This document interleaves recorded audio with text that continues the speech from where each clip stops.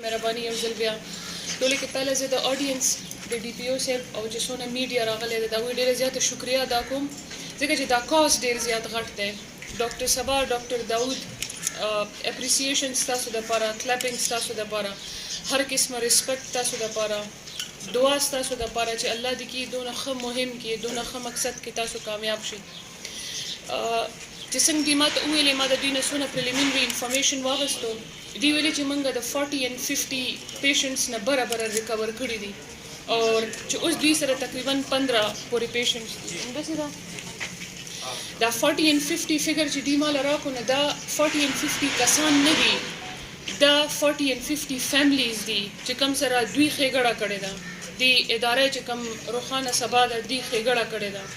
دا 40 خاندانه بیا وروسته هم نور ډېر خاندانونه جوړېږي. نو تاسو ایز ا هول پوره سوسایټي سره یو ښېګړه روانه ده په کوم کې چې موږ ډسټرکټ ایډمنسټریشن به تاسو سره وي، پولیس چې کوم دی الریډي ډي پی او صاحب تاسو ته وویلې چې هغوی به ستاسو سره وي.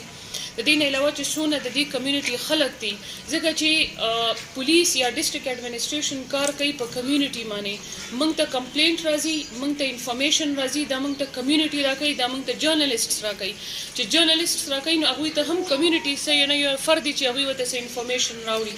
نو تاسو ته زموږ دا ریکویسټ دی چې داسې کوم څه سیلري چې ستاسو هغوی په باره کې انفارمیشن بالکل کریکټ وي نو هغه تاسو پولیس ته ویلی شئ چې هغه کس ونیسو. دا موږ ته پته ده دا ډېره غټه مافیا ده، خو که موږ ټول یو ځای شو او یو لاس شو نو موږ دې مافیا له شکست ورکولی شو.